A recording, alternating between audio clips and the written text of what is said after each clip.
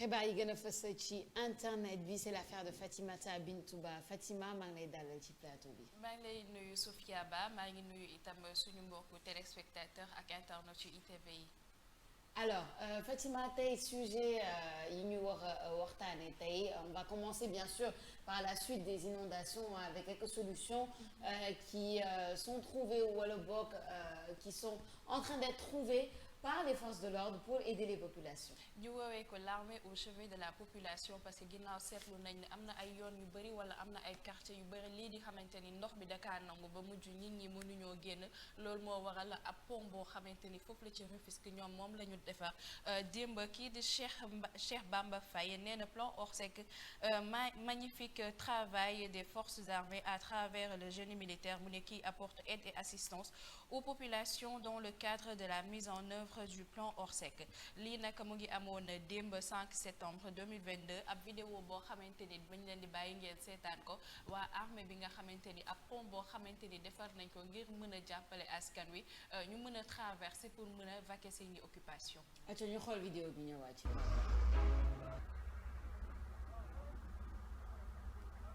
voilà Sophia vidéo mu ngi noonu vidéo bi nga xamante ni gannaaw bañ ko partagé ak ay yeneen image yu mu àndaloon mu nekk loo xamante ni rafetlu nañ ko bu baax a baax moo waral itamit réaction yi bëri nañ kii di Mountaga Mbaye nee na ils sont en train de faire un travail remarquable mu ne très apprécié de tous kii di Bour News itamit ñëwaat na ci nee na armée au chevet des populations ouf de soulagement pour les populations de Tawfekh nga xamante ni ñoo féete foofu la ci Rufisque mu ne en effet les habitants ont trouvé magnifique le travail des forces armées à travers le génie militaire qui apporte aide et assistance aux populations dans le cadre de la mise en œuvre du plan Orsec loolu nga xamante ni ñoom rafetlu nañ ko bu baax a baax ñu ne nos soldats nous rapportent que les militaires sont en train d'installer un pont à la cité Tawfekh pour nous disent-ils éviter que le quartier ne soit isolé du fait du ruissellement des eaux qui ont coupé le chemin d'accès maanaam gannaaw bi nga xamante ni li ma ko waxee sànq seetlu nañ ko yoon bi dafa daggoon donc ndox bi moo baari woone lii di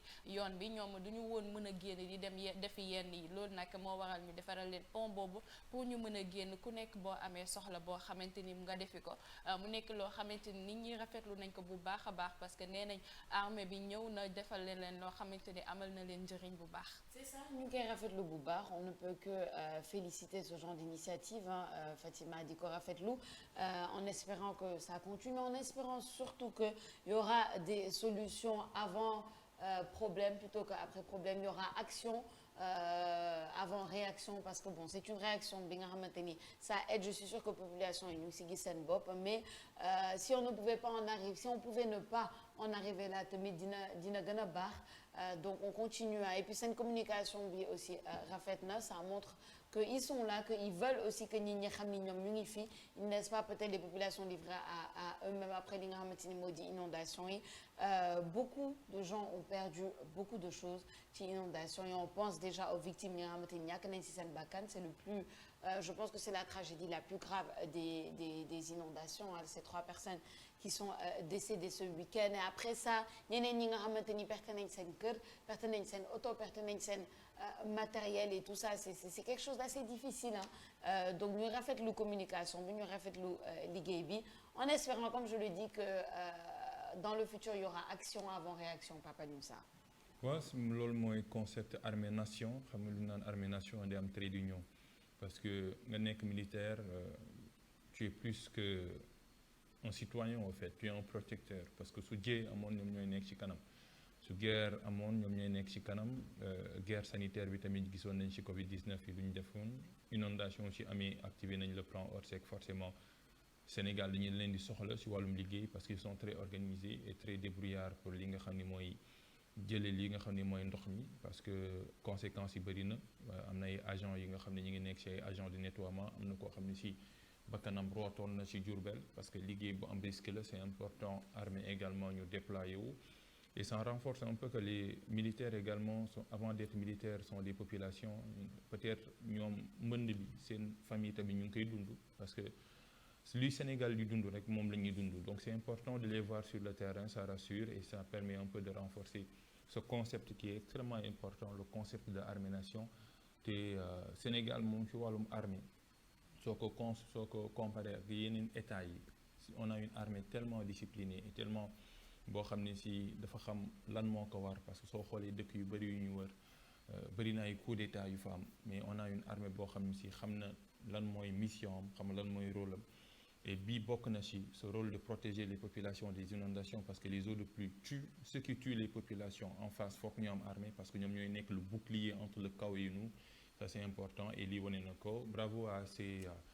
braves soldats et aux autres soldats qui ne portent pas de treillis ñu ngi nekk si mbedd mi di dimbali ñeneen ñi di jël ndox di leen génnee parfois nga dem si mbedd di gis koo xam ne si il se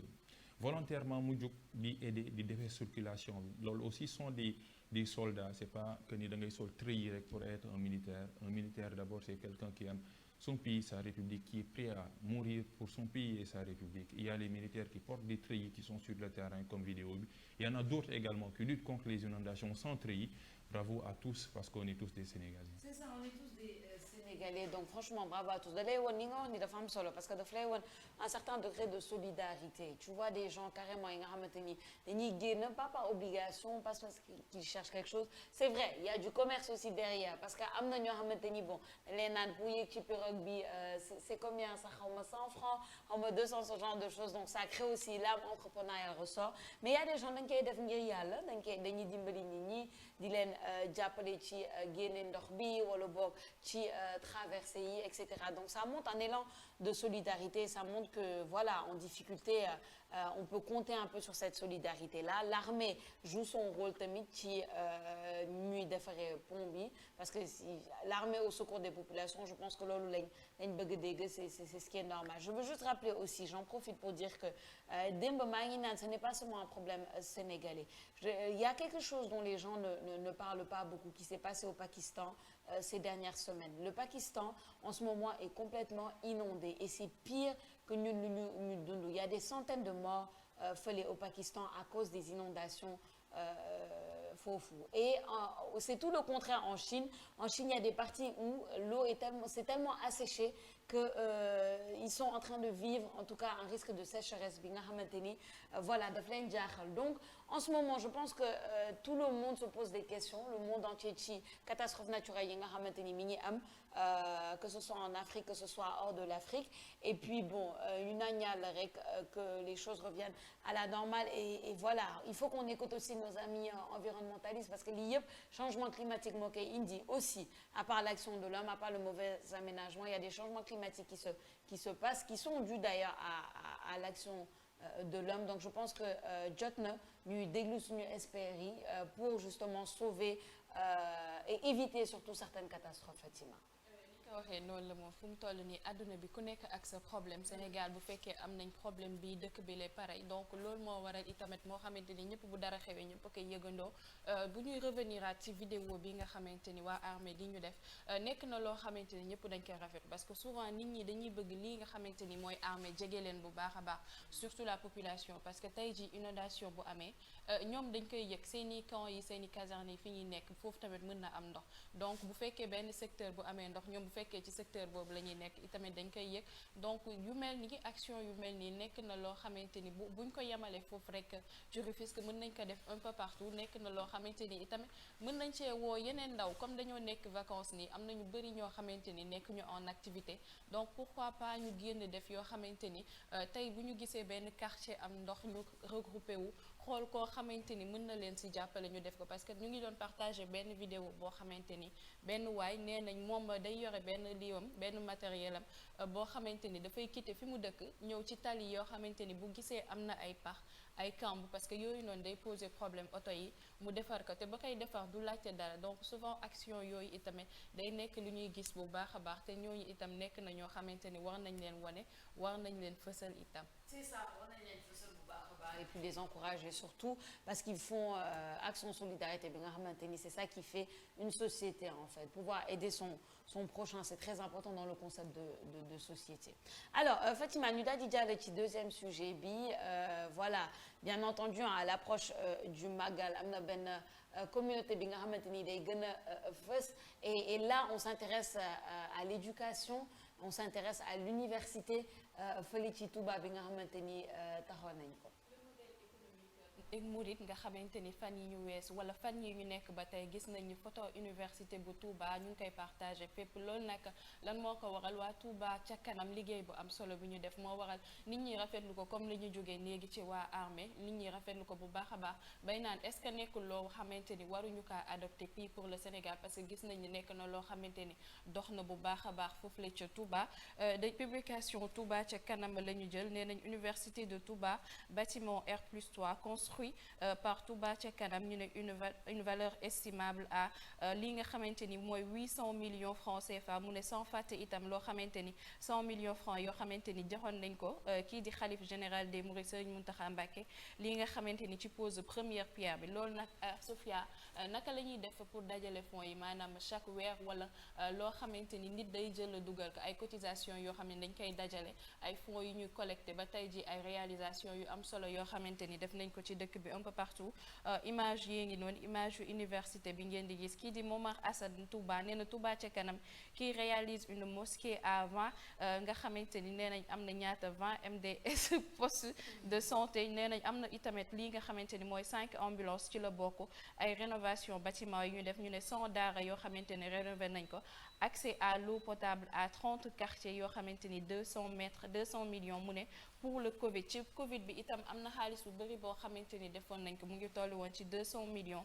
université bi nag bâtiment bi R+3 itamit maanaam lépp ni ma ko waxee comme ça cotisation yi ak naka la ñuy def pour collecter fonds yi nee nañ tey jii ba ñoo xamante ni dañuy dem di laajte est-ce que lii mënuñu kaa adopté pour le Sénégal am ñoo xamante ni itamit nee nañ bu fekkee dañ koy adopté ci Sénégal du marché parce que nee nañ Touba ak yeneen dëkk yoo xamante ni bokkul parce que gëm-gëm bi itamit bokkul kii di Baye Cheikh nee na abo nee na macha allah mais juste dafa benn précision bu mu def mu ne la mosquée de Touba 20 milliards c'est pas Touba ca kanam mais nee na les 200 millions pour le Covid itam yooyu nga xamante ni def nañ ko kii di alalu Ousmane Sonko nee na ak modèle bu mënti am mu ne lan moo am solo mu ne jubbal dëggal dëkkal ak lii nga xamante ni mooy bëgg sa réew mooy defar sa réew nee na même ba xamante ni yeneen modèle loo xamante ni moo gën a ëpp solo maanaam jub c'est-à-dire nit nga xamante ni li ngay def nga teg ko ci yoon bul def lenn loo xamante ni dafa dëng ak dëggal ak itam loo xamante ni mooy bëgg sa réew comme ça que li ñu doon wax ci wàllum armée nation lépp looy def ci bëggu sa réew du sotti donc modèle économique Touba bi en quelque sorte nekk na loo xamante ni nit ñi rafetlu nañ ko bu baax a baax. Ñun tamit bon je sais pas pourquoi ce serait pas applicable dans tout le Sénégal pour man c'est applicable dans tout le Sénégal xam nga soo gisee lu baax li nga xamante ni tu vois que ça aide les populations que c'est pour le pays wala boog pour secteur bi nga nekk pourquoi pas l'implémenter un peu partout c'est juste une question de c'est un modèle économique ki nga xamante ni bon il y en a plusieurs si on voit que quelque chose marche quelque part pourquoi ne pas l'implanter ci Sénégal gi man je pense que ça peut être fait si ne c'est pas fait c'est que peut-être ça ne veut pas être fait mais ça peut très bien être fait c'est une manière de penser une manière de fonctionner et une manière d'agir bi nga xamante ni voilà c'est pas non plus on parle pas de quelque chose qui est tellement loin on parle pas fii la ci Touba donc pourquoi pas extérioriser ko def ko un peu partout dans le Sénégal on parle du modèle économique moi je vois pas pourquoi en tout cas ñu rafetlu université bi ñu rafetlu tous les travaux yi nga xamante ni wax nga ko ci éco du net bi Papa Alioune Sarr je pense que voilà soo gisee lu baax daal mun nga ci inspiré wu. surtout su jugee ci sa réew nga dañ naan toutes les idéologies maanaam yu jeexee isme socialisme libéralisme yooyu yëpp Occident lu jóge ñoom ñoo créé leur idéologie là am na benn téere boo xam ci Khadim Bamba Diagne démb sax ñu ngi ko doon dalal ci université Cheikhoul Khadim le modèle économique mouride mu koy comparer aux autres modèles quoi muy socialisme mooy libéralisme day wane ni modèles yooyu yëpp ils ont une limite parce que wax libéralisme c'est un peu le bien au détriment de la société soo waxee li nga xam ne mooy socialisme c'est la société mais la société de la masse quoi en confrontation avec la bourgeoisie donc boo jël rek dina am benn intérêt mais l'économie mouride bu mu wax nii mooy l'économie solidaire quoi lu muy woowee xitma mooy ngay def nga am ba pare di defal sa communauté sans pourtant am li nga xam ne mooy retour mooy intérêt et ça c'est extrêmement important et ce modèle mouride là moo tax bañ construire la grande mosquée de Touba la grande mosquée de Touba a été construite sur fonds propres parce que Serigne Moustapha premier xalif bu mu ko doon def colon yi dañ ñu ko woon chemin de fer bi Diourbel lay yam autrement dit que yow wala communauté mouride bi ñooy tabax 50 kilomètres pour permettre li nga xam ne mooy xeer yu ñu doon yóbbu transporter chemin de fer yi mais dañ ko fixé woon condition ne travailleurs yi dañ leen di fay maanaam travailleurs yi doon liggéey dañ leen di fay montant temps soo ko doon def équivalence yi 1500 mais travailleurs yooyu ñu doon fay 1500 imposé par le colonialisme parce que dañoo def noonu suñu ko tegee Serigne Moustapha Baké du àggale li nga xam ne mooy liggéey jumaay Touba bi mais ñun doon liggéey soo joxee 1500 ñu nga doon fay ouvrier yi ñooy jël joxewaat ko li nga xam ne mooy construction mosquée Touba et c'est la différence entre addiya ak li nga xam ne mooy impôt xam nga dan naan ñu bëri dan naan sénégalais du fay impôt wala surtout li ñuy woowee économie informelle du fay impôt mais ñooñu nga xam ne duñu fay impôt ñoom mën nañoo joxe addiya ay millions et millions et millions te duñ ci xaar li nga xam ne mooy intérêt xam nga impôt ci imposition lu jógee imposition fonctionnaire yi dal leen koy taxé à la source mais bëri woon na ñoo xam ne si soo leen joxoon xaalis fay leen salaire ne leen fay leen impôt soo moytu suñ ko defee benn yoon ñaari yoon ñetteel bi duñ ñëw parce que dañ naan impôt bi à la fin est-ce que ak li ngay dégg comme ay corruption et cetera est-ce que impôt yi may joxe yi est-ce que ñeneen ñi duñ ko sukkandiku ngir dugal ko seen poche xam nga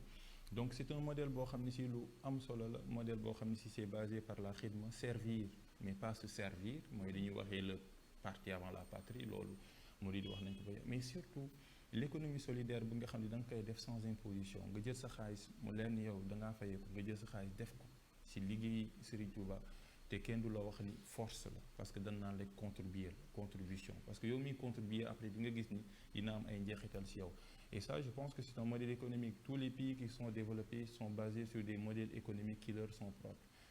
la société asiatique le confucianisme la jël Confucius c'est juste un philosophe un penseur confucianisme ngir développer leur pays modèle occidental ay penseurs occidentaux ay Marx ay Lénine ay li nga xam ne mooy ñuy développer ay idéologie ñun nag on a importé d'autres idéologies daal koy calqué ci li nga xam ne mooy suñu modèle de développement conséquence de 1960 jusqu'à 2022 le modèle économique bi nga xam ne moom la ñu adopté libéralisme socialisme mais sont des modèles économiques yoo xam ne si wane nañ seen échec parce que à chaque fois yooyu dégg ñu nekk dans le circuit du modèle économique à chaque fois suñu demee soo jàngee ba pare yaa ngi nekk chômage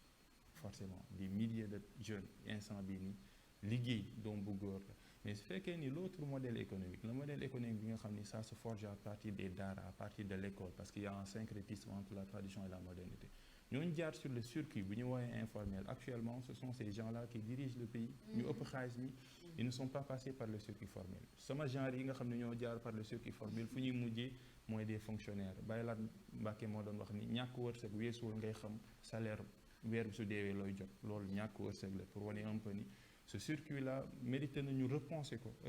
notre modèle parce que le modèle que nous avions emprunté sont des modèles occidentaux, socialisme avec Senghor, libéralisme depuis Abdoulaye Wade, et sont des modèles qui ont montré leurs limites ba léegi décollé wu. Est-ce qu'il n'est pas grand temps de changer de modèle? Et pour changer de modèle, il faut une université, l'université Cheikhoul Khadim, parce que les universités sont les berceaux de toute idéologie. Créée en 2018 par le Khalife, financée à hauteur de 37 milliards sous fonds propres. Actuellement, il y a 1200. L'université doit accueillir 10 000 étudiants. Et sur une université, c'est le berceau de tout le savoir. Autrement dit, c'est pas l'appel ñu naan kii jàll na al hasard xam nga ñu bëri ñu jàng xam-xam si al diine dañ naan jàng nañ ko al hasard. C'est possible actuellement nga ni jàng naa diine jàng naa li nga xam ne mooy l'idéologie mouride ak les autres idéologies parce qu'une université n'a pas de frontières, il n'y a pas de barrière. ñu ne jàngee nañ ko ci université Cheikhoul Khadim et je pense que loolu la Serigne Touba njëkk a woote mooy Touba ville de connaissance la parce que Serigne Touba il a écrit je pense que c'est ça qui est plus important il a écrit beaucoup écrit dans des moments de contrainte nan la ñuy profiter aussi ces écrits là pas di ko wax nii rek ay julli na si géej bi et cetera ça c'est la dimension miracle war nañ kaa dépasser mais la dimension spirituelle connaissance lu mu bind ci wàllum environnement ci wàllum jeunesse ci wàllum li nga xam ni mooy processus de vie du naan développement personnel je pense que ça c'est extrêmement important à mettre en lumière te université bi dina ci participer bu baax a baax. Il y a quelqu'un qui disait que l'école forme de bons salariés et de bons employés. Le bon salarié c'est quelqu'un aussi qui est limité parce que ni nga ko waxee c'est quelqu'un qui sait qu'à la fin du mois je touche tant xam naa foofu ngay waxee xam ni lii ngay jot à la fin du mois bokk na ci ñàkk wërsëg peut-être parce que si tu es enfermé dans cette mentalité-là pas que c'est mauvais hein, mais c'est un modèle bi nga xamante ni on est en train de le dépasser c'est pourquoi da ngay gis entrepreneuriat de plus en plus di jël le dessus parce que nit ñi comprendre nañ ni voilà le modèle classique aller à l'école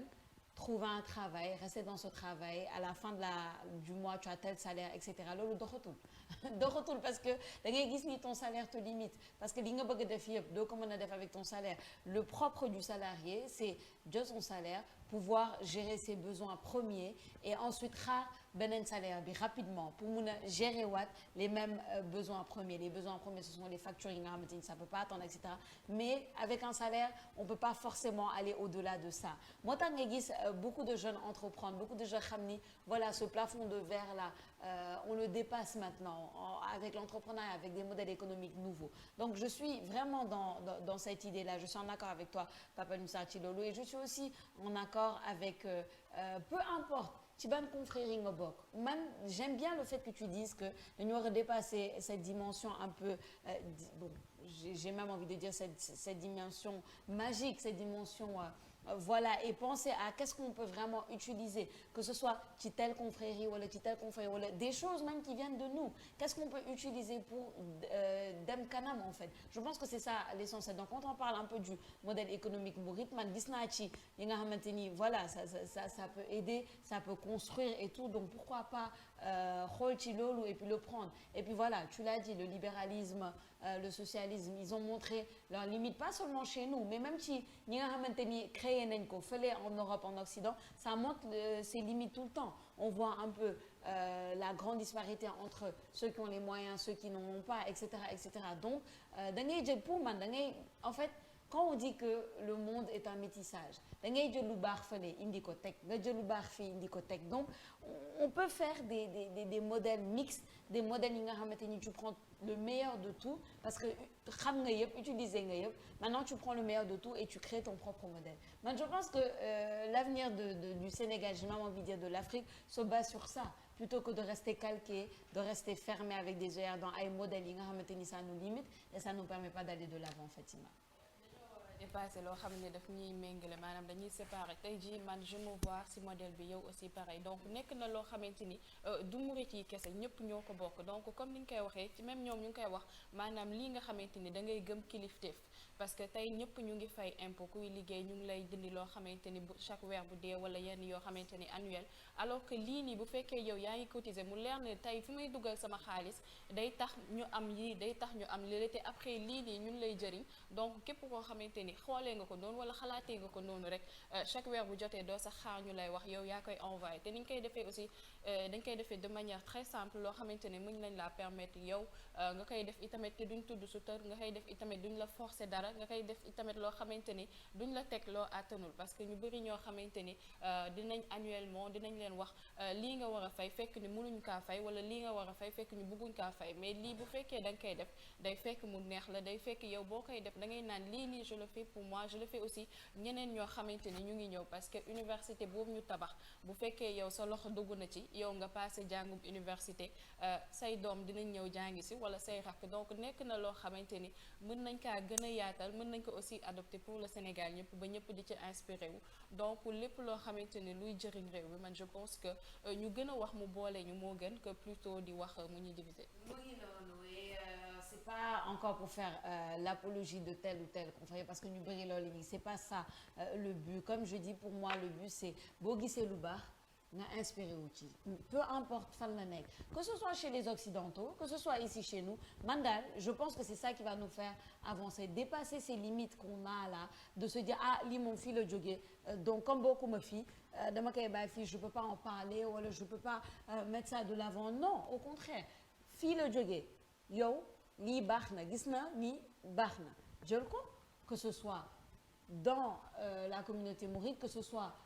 chez les juifs, parce que les juifs aussi ont un modèle économique bi nga xamante ni voilà ça a fait ses preuves, ça marche. Pourquoi pas prendre un peu de ça, prendre un peu d'ici, prendre un peu d'ici. Man, je suis pour justement le métissage un peu de nos modèles. Quand je parle de modèle, je parle de modèle économique, je parle de modèle politique, etc. Maintenant, après, la foi, elle est personnelle. La foi, la spiritualité, c'est quelque chose bien maintenant, c'est difficile d'en débattre parce que ku nekk am nga sa gëm-gëm, mais quand quelque chose marche, il faut s'en inspirer, je pense. On parle de modèle. Am nga soo nee modèle économique bàyyi nga ay tarixa. C'est-à-dire que soo nee un modèle économique, autrement dit, c'est une ligne tracée par quelqu'un. Un marabout, Serigne Touba, bi nga xam ni ñu bëri dañ moom da cee inspiré wu ngir wasaare li nga xam ne mooy mouridisme. Et quand on parle de modèle économique, quand on parle d'université, on transcende les barrières. Autrement dit, soo nee université dañ naan ëpp du savoir. Université soo ko waxee rek c'est le lieu de l'affirmation de la liberté, le lieu de l'affirmation un peu de toutes les connaissances. Ça c'est important. Lu naan déclassification des frontières yi nga xam ni que ça soit confrérie. Mais dama gëm ni sax yow li nga moom nga war a gën a fësal ko looy jëlee feneen balaa ngay laax jaay laax lekk, ça c'est important. moo tax tubaab bi benn fulla rek la ñu am mooy tubaab bi ils savent nommer ils savent dater xam nga nee nañ ni la découverte de l'Amérique en 1492 Christophe Colomb, mais c'est un mensonge historique, mais ils se sont appropriés un peu de la date et du nom, savoir nommer savoir dater. Li nga xam ne mooy crowdfunding yu canadiens yi di wax dañ ko créer crowdfunding, je suis obligé de le dire parce qu'ils savent nommer. Nous, on ne sait pas nommer. On ne sait pas nommer parce que le lieu de la nomination n'est que le lieu de l'acquisition ou de réappropriation de notre histoire. Man lu ma jàng ci négritude, littérature laa jàng. Dañ ni les chantres de la négritude, c'est Senghor, Césaire Damas. C'est pas faux, mais c'est pas vrai. Mais ça n'a pas commencé par là. Depuis 1776, avec la révolution Toro de Thierno Souleymane Baal, ba li nga xam ne mooy révolution religieuse yi du 19e siècle, 20e siècle, tous ces marabouts-là, lu ñu doon wane ni c'est que la couleur de la peau, autrement dit la couleur noire, pensant par Cheikh Omar Foutiyou Tall ba ñëpp, la couleur noire daa nekk la couleur boo xam ne si c'est la couleur même de Dieu, parce que dañ koy attribuer sax ak li nga xam ne mooy la couleur de la Kaaba ou bien la couleur du Coran, lu ñuy bindee Coran, la couleur noire. Mais ces marabouts-là nga xam ne ces hommes religieux nga xam ne ñoo réussir leur révolution culturelle, nommé wuñ ko, daté wuñ ko dans les écoles. Dans les écoles lu ñuy jàngal mooy le mouvement de la négritude a commencé au XXe siècle avec tac tac tac tac, mais ça a été des gens yoo xam si ils ont révolutionné lu ñuy xoolee le regard que l'homme blanc doit porter sur l'homme noir, et je pense que ça ce sont les premiers chants de la négritude. Moo tax ma ni blanc yi dañoo ëpp fulla parce qu'ils savent dater, ils savent nommer. Mais bon, nous on ne date pas, on ne nomme pas parce qu'on n'apprend pas. ñoo xam si ñoo daté ñoo nommé. Et ça c'est dommage, jusqu'à maintenant c'est comme ça, mais bon. C'est ça, jusqu'à présent c'est comme ça, on espère que peut-être ça va changer, il faut qu'on commence à nommer, à dater et surtout à apprendre aux jeunes, comme tu dis, ça vient de nous, tu vois, pas pour rester encore comme je dis, dans une cage, mais on a eu beaucoup ce problème très longtemps de toujours regarder de l'extérieur. À un moment donné, il faut se retourner. Je pense que c'est comme ça que l'Asie a connu Ben Ascension, avant, en se concentrant sur elle-même un bon moment avant de se réouvrir un peu au monde, ce qu'elle est en train de faire actuellement. Voilà. Mais ngi noonu Fatima waxtaan bi amoon na solo torop di la gëm di la sant ci Écho du Net bi tey. On se donne rendez-vous demain, Inch'Allah. À demain. À demain. Et Papa Moussara tout à l'heure. Oui, à tout à l'heure. Dinañ gën a approfondir waxtaan bi nga xamante ni am na solo tout à l'heure dans l'heure des profs avec professeur Songui Diouf et professeur Mbaye Thiam. En attendant, on va avoir une petite pause publicitaire et musicale juste avant de revenir dans votre deuxième partie de Tok Tok Sénégal. Ce sera juste après ceci. À tout à l'heure. Tok Tok Sénégal.